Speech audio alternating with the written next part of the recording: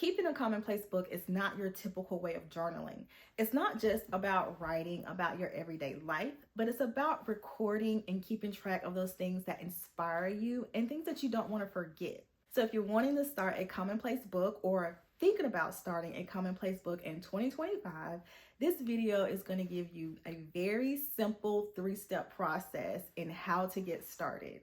Okay, so obviously you're going to need a notebook. And you can use a typical journal or notebook for this, but with commonplace books, you may have different sections dedicated to different types of ideas and things that you want to keep track of.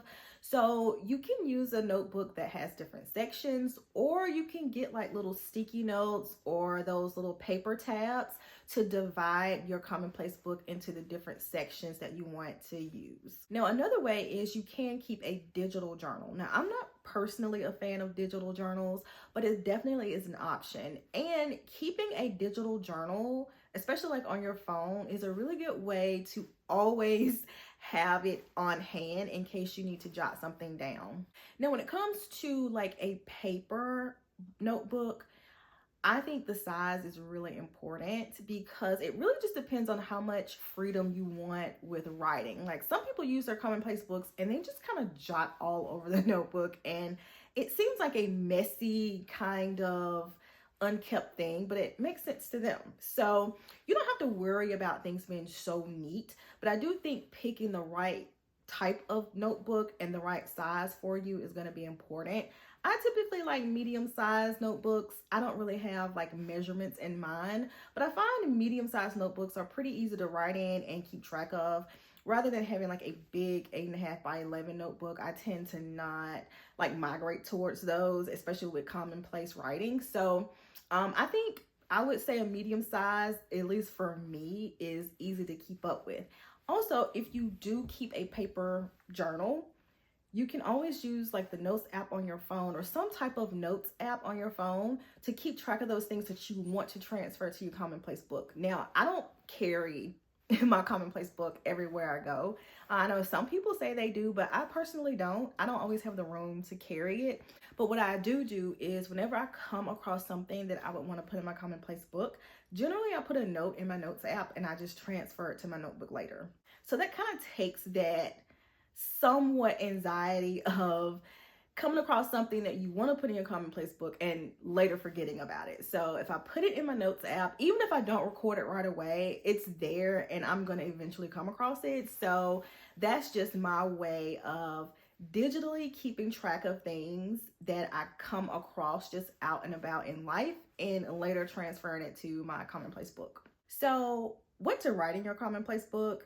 And the short answer is you can write anything that you want in it. It's really no rhyme or reason as to what you write, but some common things that people use their commonplace book to record and keep track of are things like poems, quotes.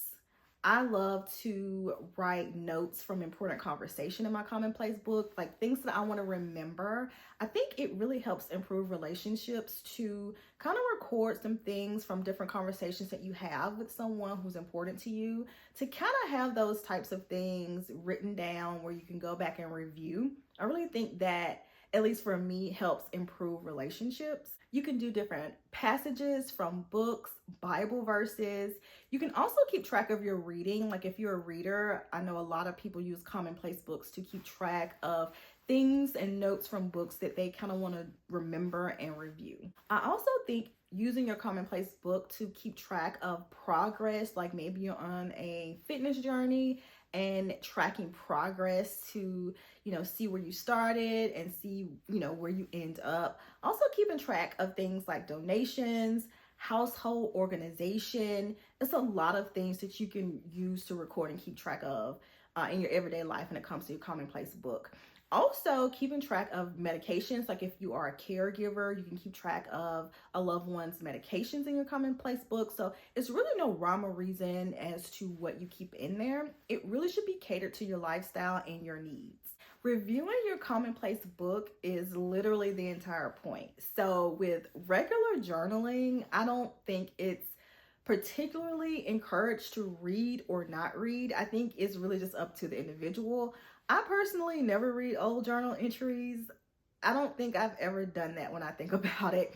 Not that I think it's anything wrong with it, I just don't do it. But with commonplace books, it's definitely encouraged because these are the things that you have taken the time to write down that inspire you and things that you resonate with. So if you don't review it, then eventually you will still forget it. So you want to go back and review and read over the things that do inspire you so you can keep being re-inspired.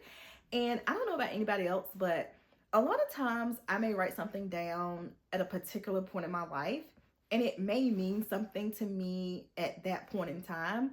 But if I go back, like, I don't know, years later and look at it, it resonates with me in a whole different way and generally in a positive way. So that's why I think continuing to look over those things in your commonplace book that inspire you and things that you don't want to forget will continue to inspire you and give you new ideas and inspiration. So that is a very simple guide to starting a commonplace book in 2025. I hope you found this video helpful if you're thinking about starting a commonplace book, and I'll see you in my next one.